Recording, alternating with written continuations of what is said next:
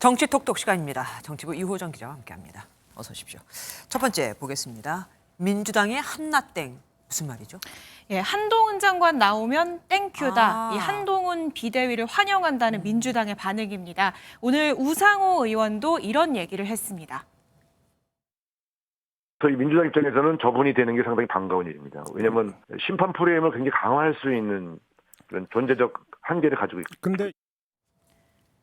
예, 심판 프레임이라 하면 윤석열 대통령과 가깝고 또 검찰 출신이라는 점에서 야권이 원하는 정권 심판론에 유리할 거란 판단입니다. 국민의힘은 여당의 변화가 두려운 건 아니냐고 반박합니다. 한동훈 장관이 만약 비상대책위원장으로 오게 되면 70년대생을 중심으로 하는 세대교체, 인적 쇄신부터 많은 변화가 앞으로 이루어지게 될 겁니다. 아무것도 변하지 않는 이재명의 민주당과 확실히 대비되는 구도가 누구 말이 맞는가는 국민이 결정을 하겠죠. 어쨌든 누가 나오면 땡큐다 이런 말은 사실 선거 때마다 나오는 것 같아요. 예, 맞습니다. 지난 2020년 윤석열 당시 검찰총장을 향해서도 나온 말이었죠. 상명하복의 문화에 익숙한 이들이 군사정권 하가 아닌 이상 정치의 공간에 잘 적응하고 리더십을 세우기 어렵습니다. 윤나땡이라고 말하겠습니다. 여권에선 이 한동훈 장관 역시 윤 대통령처럼 야권이 때릴수록 몸집이 커질 거란 기대감도 있는데요.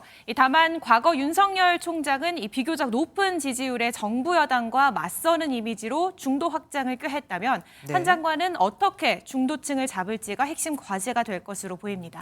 결국 당정 관계 재정립, 그러니까 대통령한테 얼마큼 쓴소리를 할 수 있느냐 이게 관건이 될 겁니다. 다음 키워드 보겠습니다. 또 불임 정당 논란. 이거 누가 한 말입니까? 예, 이번엔 더불어민주당 민영배 의원입니다. 이 오늘 SNS에 대선 후보도 검찰, 비대위원장도 검찰, 이 불임 정당이 창피하지도 않나 보다라는 글을 올렸다가 뒤늦게 수정했습니다. 이 당내 인재가 없다는 비판의 의미로 이 불임 정당이라는 표현을 쓴 건데요. 국민의힘은 즉각 비판했습니다.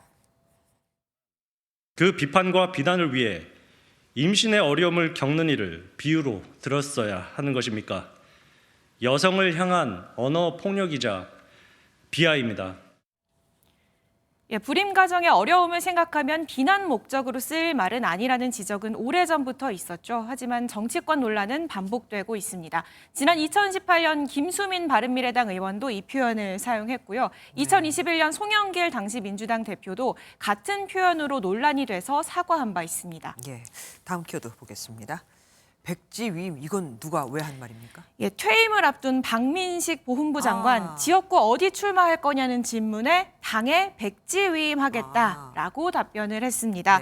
이 당초 박 장관은 김은혜 전 홍보수석과 이 경기 분당을 출마를 놓고 물밑 경쟁이 치열했죠. 네. 지난번 제가 우리 당 지도부 다 오케이를 받아서 부산에서 분당으로 지역구를 옮겨서 여기서 출마를 했습니다. 예, 출마를 했다가 이제 안철수 지금 의원이 온 때 제가 이제 양보를 했지 않습니까?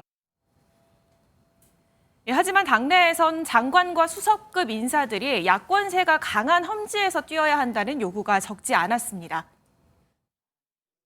사실 이 장관이나 수석을 하신 분들도 그러한 부분에 대해서 더 아래로 또 더 희생하고 헌신하는 그런 노력이 필요하지 않을까 이런.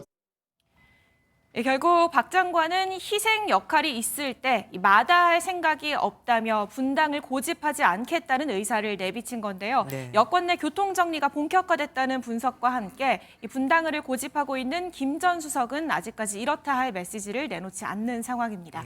다른 장관이나 수석들은 또 어떤 결심을 할지 두고 봐야겠습니다. 지금까지 유호정 기자와 함께했습니다. 안녕하세요. 김주하입니다. 공정하고 신속한 MBN 뉴스. 유튜브를 통해서도 만나보실 수 있습니다. 특히 더 많은 뉴스와 라이브를 보고 싶으시다면 오른쪽을 눌러서 구독하시면 됩니다. 어렵지 않죠? 빠르고 정확한 뉴스로 계속 찾아뵙겠습니다. MBN 뉴스를 시청해 주신 여러분 고맙습니다.